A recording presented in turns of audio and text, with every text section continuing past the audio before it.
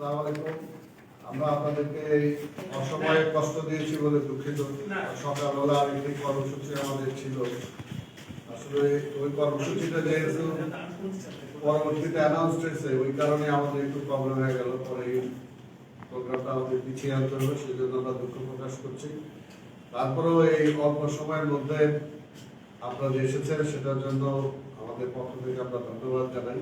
আপনারা জানেন যে স্বাধীনতা সুবর্ণ জয়ন্তী উদযাপন উপলক্ষে আমরা যে বিভিন্ন কর্মসূচি গ্রহণ করেছি, তার অন্যতম একটি কর্মসূচি হলো রচনা প্রতিযোগিতা, সারা দেশ সারা বিশ্বব্যাপী। সেই কমিটিরই আজকে তার প্রোগ্রামটা অ্যানাউন্স হবে এখানে। কমিটির আমাদের জাতীয় কমিটির আহ্বায়ক, আমাদের সাবেক মন্ত্রী, নেতা ডক্টর খন্দকার মোশাররফ, উনি উদ্বোধনী বক্তব্য দেবেন। তারপরে আমাদের এই কমিটির যে সদস্য সচিব আছেন, আমাদের এবিএম ওবায়দুল হক, আমাদের বিএনপি শিক্ষা বিষয় সম্পাদক, উনি টোটাল কর্মসূচিটা আপনাদের সাথে তুলে ধরবেন। আমি এখন অনুরোধ করব আমাদের মূল কমিটির আহ্বায়ক, স্বাধীনতা সুবর্ণ জয়ন্তী উদযাপন কমিটি, বিএনপির সিনিয়র স্থায়ী কমিটির সদস্য, মুক্তিযুদ্ধের অন্যতম সংগঠক, আমাদের শ্রদ্ধেয় নেতা ডক্টর খন্দকার মোশাররফ হোসেন এখন উদ্বোধনী বক্তব্য দেবেন। তারপরেই সেই কর্মসূচি আপনাদের সাথে তুলে ধরা হবে। আমি রাজ্য অনুরোধ করছি।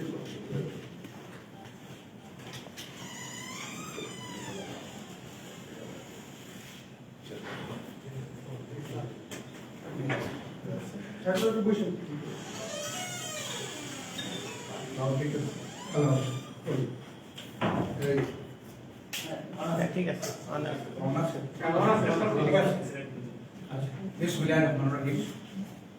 আজকে আমাদের বাংলাদেশ জাতীয়তাবাদী দল গঠিত স্বাধীনতার সুবর্ণ জয়ন্তী উদযাপন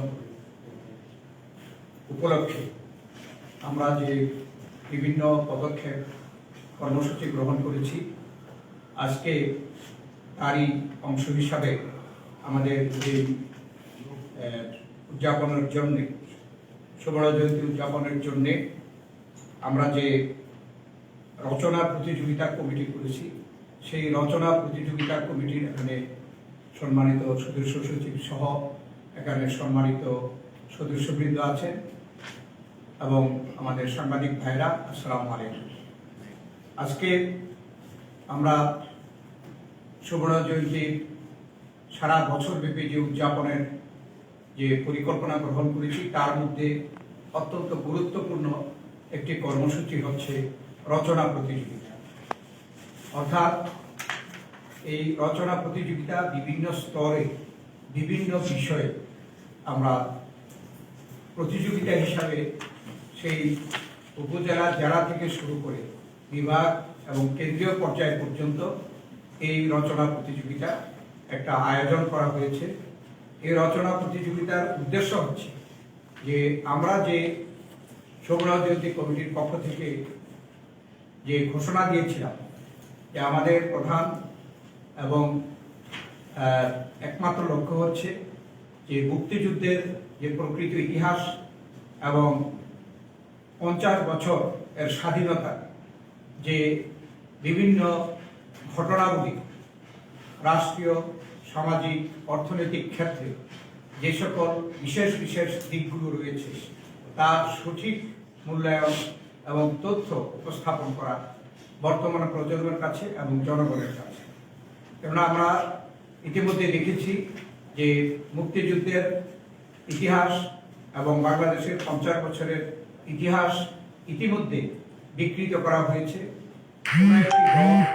তাদের নিজেদের স্বার্থে ক্ষমতায় থাকার একমাত্র অভিলাষে মুক্তিযুদ্ধের থেকে শুরু করে স্বাধীনতার 50 বছর এই ইতিহাসকে বিকৃত করে, ইতিহাসকে খণ্ডিত করে আজকে এই প্রজন্মকে বিভ্রান্ত করছে। সেই জন্যই আমরা এই সুবর্ণ জয়ন্তীতে আমরা বিভিন্ন কর্মসূচির মধ্যে রচনা প্রতিযোগিতার একটা গুরুত্বপূর্ণ আমরা কর্মসূচি রেখেছি। এই রচনা প্রতিযোগিতায় আপনারা একটু পরে জানতে পারবেন যে আমাদের যে প্রদত্ত যে পরিকল্পনা আর রচনা আহ্বানের যে কর্মসূচি, সেটা আমাদের এই রচনা প্রতিযোগিতা কমিটির সদস্য সচিব প্রফেসর ডক্টর এবিএম ওয়াহিদুল ইসলাম ঘোষণা করবেন। সেখানে আপনারা দেখতে পাবেন যে ওই যে আমি বলেছি মুক্তিযুদ্ধের ইতিহাস, কারণ স্বাধীনতার 50 বছরে বিভিন্ন বিষয়ে আমাদের সাংবিধানিক যে সংকট, গণতন্ত্রের সংকট, অর্থনৈতিক সংকট, সামাজিক সংকট ইত্যাদি বিষয়ে রচনা প্রতিযোগিতা আয়োজন করা হয়েছে বিভিন্ন স্তরে। এবং আমরা যে জাতীয়তাবাদী দল, একটি দল, যে দল প্রতিষ্ঠিত স্বাধীনতার ঘোষক সেক্টর কমান্ডার বীর মুক্তিযোদ্ধা শহীদ প্রেসিডেন্ট জিয়াউর রহমান বীরত্ব এর মাধ্যমে, অর্থাৎ এই দল মুক্তিযোদ্ধা শহীদ প্রেসিডেন্ট জিয়াউর রহমান বীরত্বের প্রতিষ্ঠিত দল এবং এই দল মুক্তিযোদ্ধাদের দল। এই বিষয়েও যাতে করে এই প্রজন্ম চিন্তা করতে পারে এবং এ বিষয়ে তারা অবহিত হতে পারে, সে বিষয়গুলো এই রচনার মধ্যে সন্নিবেশিত আছে, রচনা প্রতিযোগিতার মধ্যে। তাই আমরা আরো অনেক কর্মসূচি আমাদের সামনে আছে। এই রচনা প্রতিযোগিতার মাধ্যমে আমরা এই আজকে যারা বিভিন্ন পর্যায়ে শিক্ষার্থী আছে তাদেরকে যে নির্দিষ্ট টেক্সট বইয়ের মাধ্যমে তাদেরকে যে সঠিক তথ্য জানানো হচ্ছে না এবং ইতিহাস থেকে তাদেরকে বঞ্চিত করা হচ্ছে, সেগুলো যাতে উপলব্ধি করতে পারে এবং অবহিত হতে পারে, সেই লক্ষ্য নিয়েই আমরা এই রচনা প্রতিযোগিতা আমরা আয়োজন করেছি। আমি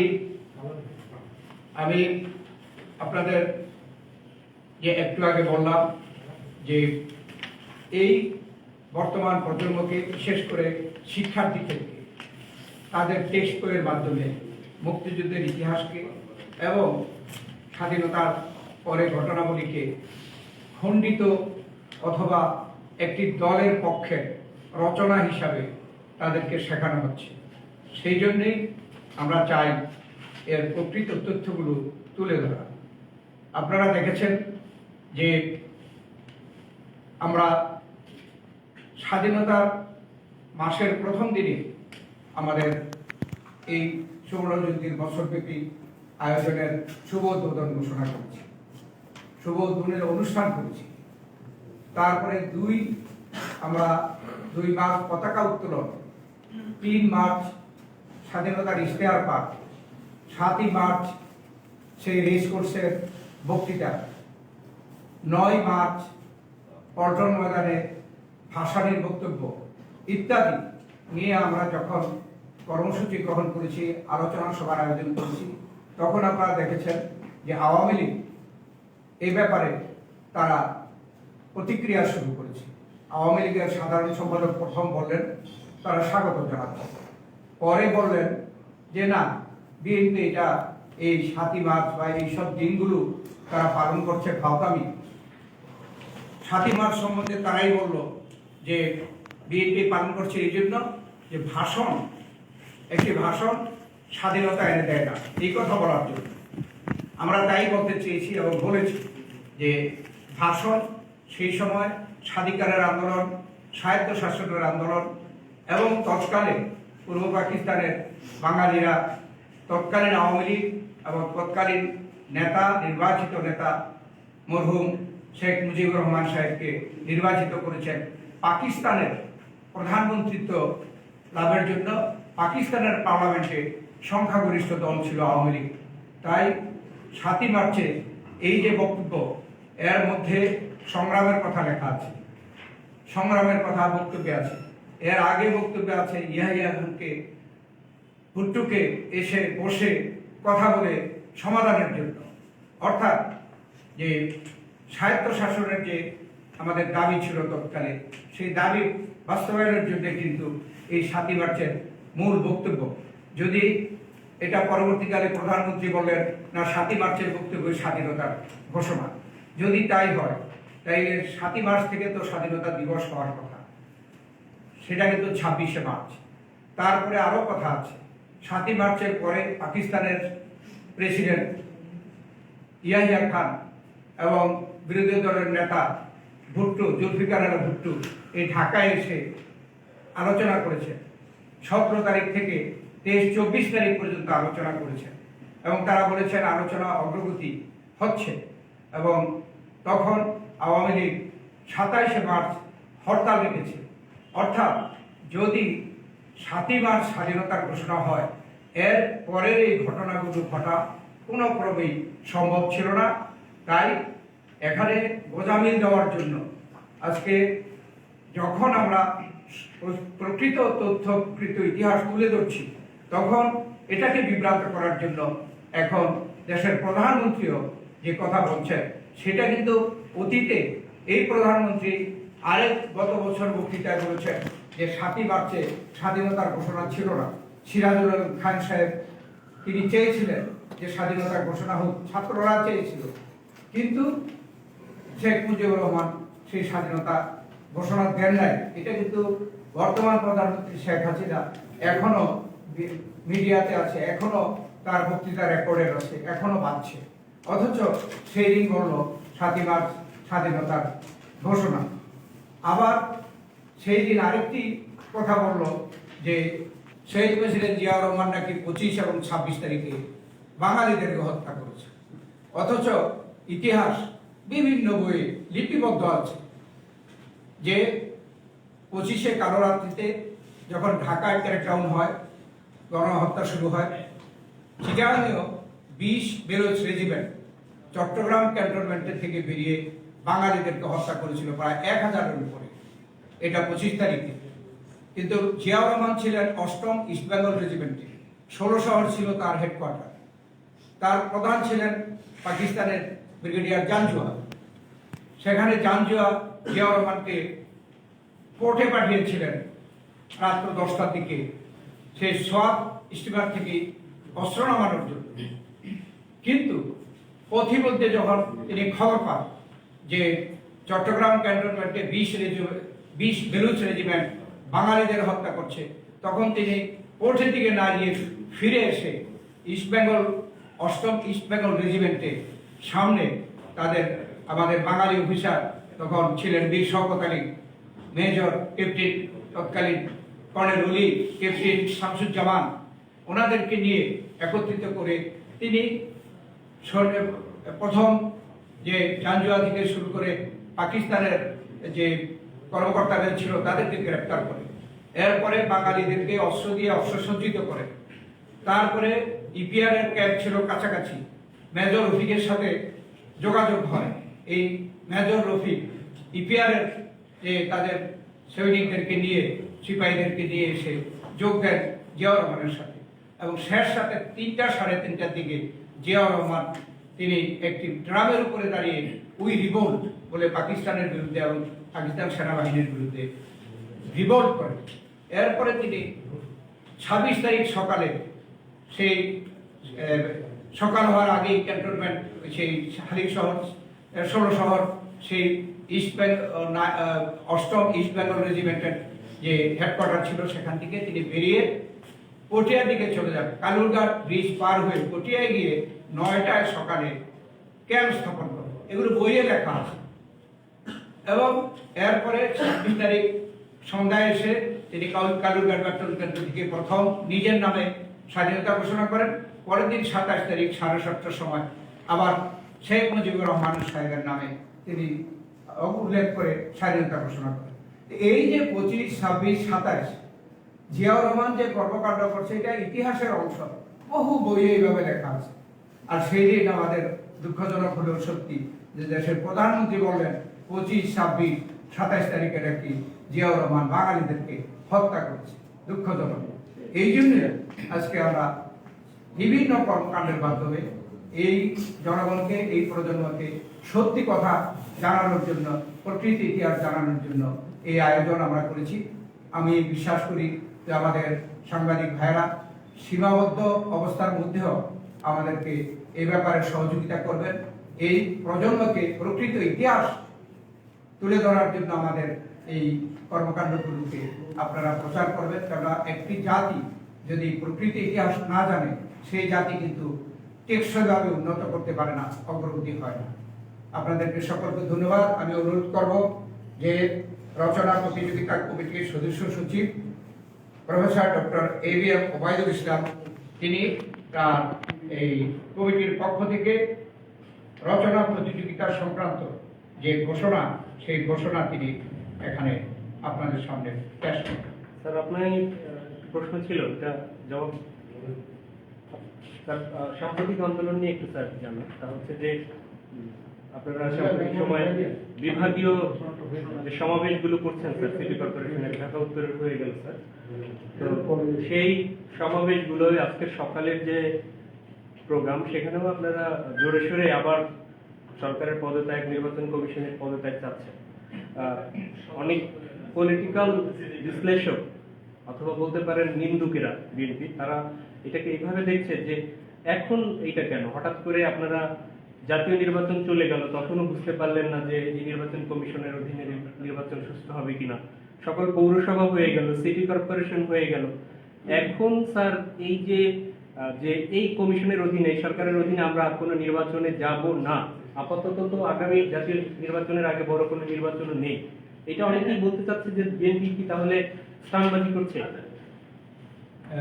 আসলে আপনি যেটা বলছেন যে এখন যে আন্দোলনে আমরা আছি, এই আন্দোলন হচ্ছে প্রথম হচ্ছে এই সরকারের পদত্যাগ এবং একটি সুষ্ঠু নিরপেক্ষ নির্বাচনের মাধ্যমে এদেশে জনগণের সরকার প্রতিষ্ঠা। কেননা বর্তমানে দেশে গণতন্ত্র নেই, আর গণতন্ত্রের একটা প্রধান অংশ হচ্ছে মানুষের ভোটের অধিকার। ভোটের অধিকার বহুদিন থেকেই খর্ব করা হয়েছে, জনগণ তাদের নিজের ভোট নিজে দিতে পারে না। সরকার নির্বাচন কমিশনকে ব্যবহার করে, প্রশাসনকে ব্যবহার করে এই ভোটকে প্রভাবিত করছে, ভোট চুরি করছে এবং গত নির্বাচনে 30 তারিখ ডিসেম্বরের দিনের ভোট রাত্রে ডাকাতি হয়েছে। এরপরেও আমরা অনেকগুলো নির্বাচনে, স্থানীয় নির্বাচনে অংশগ্রহণ করেছি। আমরা আশা করেছিলাম যে যেহেতু বিগত সংসদ নির্বাচনটি সরকারের টিকে থাকার জন্য নির্বাচন, তাই সরকারের ইচ্ছাকে তারা প্রভাবিত হয়ে সেই ইচ্ছাকে বাস্তবায়িত করার জন্য নির্বাচন কমিশন এই অপকর্ম করেছে। কিন্তু যেহেতু স্থানীয় সরকার নির্বাচনগুলো কোনো সরকার পরিবর্তনের নির্বাচন না, সেই জন্য মনে করেছিলাম যে হয়তো নির্বাচন কমিশন তারা তাদের সাংবিধানিক দায়িত্ব পালন করবে, নিরপেক্ষ ইলেকশন তারা করার চেষ্টা করবে। কিন্তু এই পরীক্ষায় নির্বাচন কমিশন পূর্ণাঙ্গভাবে ফেল করেছে। তারা সরকারের পক্ষে, সরকারি প্রার্থীদের পক্ষে ভোটকে প্রভাবিত করে সেই তাদেরকে জয়ী করার জন্য যে নির্বাচন কমিশন যে নগ্নভাবে যে কর্মকাণ্ড করেছে, এতে করে আমরা বুঝেছি যে এই নির্বাচন কমিশন দিয়ে আর কোনো নির্বাচন সুষ্ঠু হবে না। আর বড় কোনো নির্বাচন সামনে নাই তা না, আর সামনে কিন্তু ইউনিয়ন পরিষদের নির্বাচন আছে, সেখানে আমরা বলেছি যে আমরা নির্বাচনে অংশগ্রহণ করব না। আমরা মনে করি যে শুধু নির্বাচন কমিশন না, এর জন্য দায়ী সরকার। তাই সরকারের পদত্যাগ এবং নির্বাচন কমিশনের পদত্যাগ, নতুন নির্বাচন, সুষ্ঠু নিরপেক্ষ একটি সরকারের অধীনে সুষ্ঠু নিরপেক্ষ নির্বাচন এবং এক জনগণের সরকার প্রতিষ্ঠা, এই সকল বিষয় নিয়েই কিন্তু বর্তমানে আমাদের আন্দোলন চলছে। আমরা কিন্তু এই আন্দোলনে অতীতে থেকে অনেকদিন আগে থেকেই আছি, কিন্তু মাঝে যেহেতু এই করোনার পরিস্থিতি সৃষ্টি হয়েছিল, তাই আমাদের মাঠে আন্দোলন, রাস্তায় আন্দোলন আমরা করতে পারিনি। এটা কিন্তু ধারাবাহিকভাবে আন্দোলনের অংশ, আমরা হঠাৎ করে আন্দোলন করছি না, এটা ধারাবাহিকভাবে আন্দোলনের অংশ। এবং এটা পরিষ্কার যে এই সরকার যে ফেসিবাদী কায়দায় দেশ চালাচ্ছে, কোনো ক্ষেত্রে গণতন্ত্র নাই, বিচারহীনতা মানে নিরপেক্ষতা নাই, আইনের শাসন নাই। এইভাবে চলতে থাকলে দেশের যে আসলে রাজনীতিক, সামাজিক, অর্থনৈতিক যে অবক্ষয় ঘটেছে, সর্বক্ষেত্রে যে আজকে পচন লেগেছে, এটা কিন্তু সকলেই আপনারা দেখতে পাচ্ছেন। প্রত্যেক দিনই সংবাদপত্রে এই সরকার থাকা অবস্থায় এই সরকারের কুকীর্তি, দুর্নীতি, খণ্ডিত অংশ কিন্তু প্রত্যেক দিন পত্রিকায় বের হচ্ছে। অতএব এই জন্য যে যদি জনগণের সরকার না থাকে তাহলে কোনো রাষ্ট্রের যে যন্ত্রগুলো আছে সেগুলোকে নিয়ন্ত্রণ করতে পারে না, তাই এদের সম্পূর্ণ নিয়ন্ত্রণ নেই। সেই জন্যে আমরা আন্দোলনে আছি। অবশ্যই যে এই সরকারের ফ্যাসিবাদী সরকারের হাত থেকে জনগণকে উদ্ধার করা, তাদের পদত্যাগ এবং একটি নিরপেক্ষ সরকারের অধীনে নির্বাচনকারী নিরপেক্ষ সরকারের অধীনে একটি নিরপেক্ষ সুষ্ঠু নির্বাচন, যার মাধ্যমে জনগণের সরকার প্রতিষ্ঠা হবে। এটা হচ্ছে আমাদের আন্দোলন। এই আন্দোলন আগে থেকেই চলছে, বর্তমানে এখনো সেই আন্দোলনে আমরা আছি।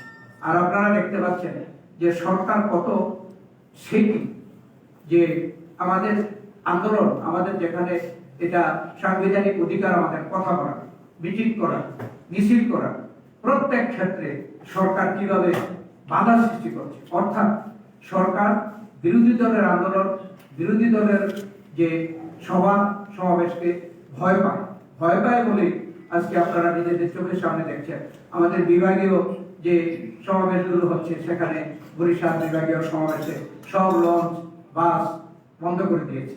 খুলনায় একই ঘটনা ঘটেছে, রাজশাহীতে সকল বাস লাইন বন্ধ করে দিয়েছে। ঢাকা উত্তরে আমরা যে মহানগরে যে সমাবেশ ছিল সেটা প্রথম মোহাম্মদপুরে দিয়ে জাস্ট রাত্রে পরিবর্তন করে দিয়েছে খিলগাঁও সেই তালতলা এলাকায় করার জন্য। অর্থাৎ তারা ভয় পায় যদি আমাদেরকে মোহাম্মদপুর যেটা দেওয়া হয়েছিল সেই জায়গায় যদি আমরা করতে পারতাম, তো এটা আগে থেকে ঘোষণা হয়েছিল, সেই সমাবেশ বিশাল হয়ে যেত।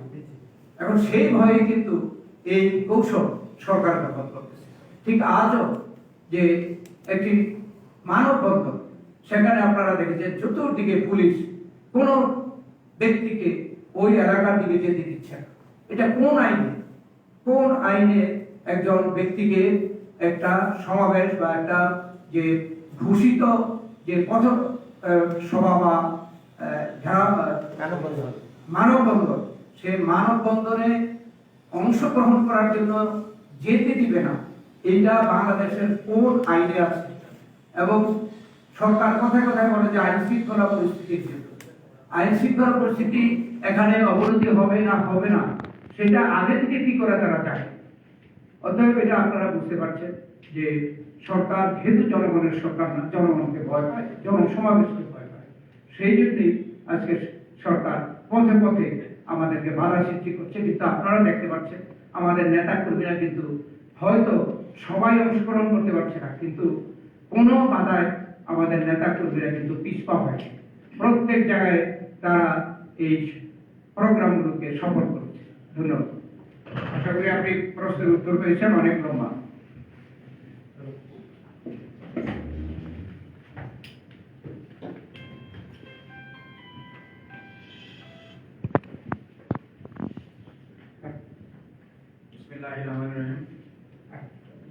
সবাই স্ক্রিপ্ট গুলো দিয়ে দেন না।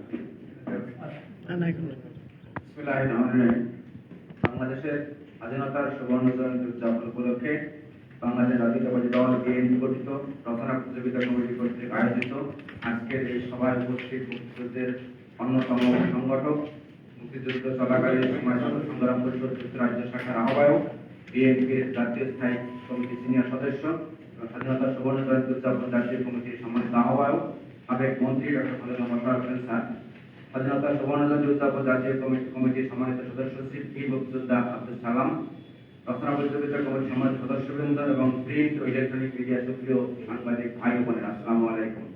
আমি শুরুতেই দুঃখ প্রকাশ করছি যে রচনা প্রতিযোগিতা কমিটির সম্মানিত আহ্বায়ক জাহাঙ্গীরনগর বিশ্ববিদ্যালয়ের সাবেক উপাচার্য অধ্যাপক ডক্টর মোস্তাফিজুর রহমান স্যার হার্টের অপারেশনের কারণে আসতে পারেন না, হাসপাতালে আছেন ডায়াবেটিক, সকলের দোয়া প্রার্থী। আমি সবাইকে ধন্যবাদ জানাচ্ছি, কৃতজ্ঞতা প্রকাশ করছি আজকে উপস্থিত হওয়ার জন্য। সবার শুরুতেই গভীর শ্রদ্ধা স্মরণ করছি স্বাধীনতার মহান ঘোষক, বাংলাদেশের বহুদলীয় গণতন্ত্রের প্রবক্তা, বাংলাদেশ জাতীয়তাবাদী দল বিএনপি প্রতিষ্ঠাতা শহীদ রাষ্ট্রপতি জিয়াউর রহমান বীর উত্তম। আপনারা জানেন বাংলাদেশের মহান স্বাধীনতার সুবর্ণ জয়ন্তী উদযাপন উপলক্ষে বাংলাদেশ জাতীয়তাবাদী দল বিএনপি ইতিমধ্যে বছরব্যাপী বিভিন্ন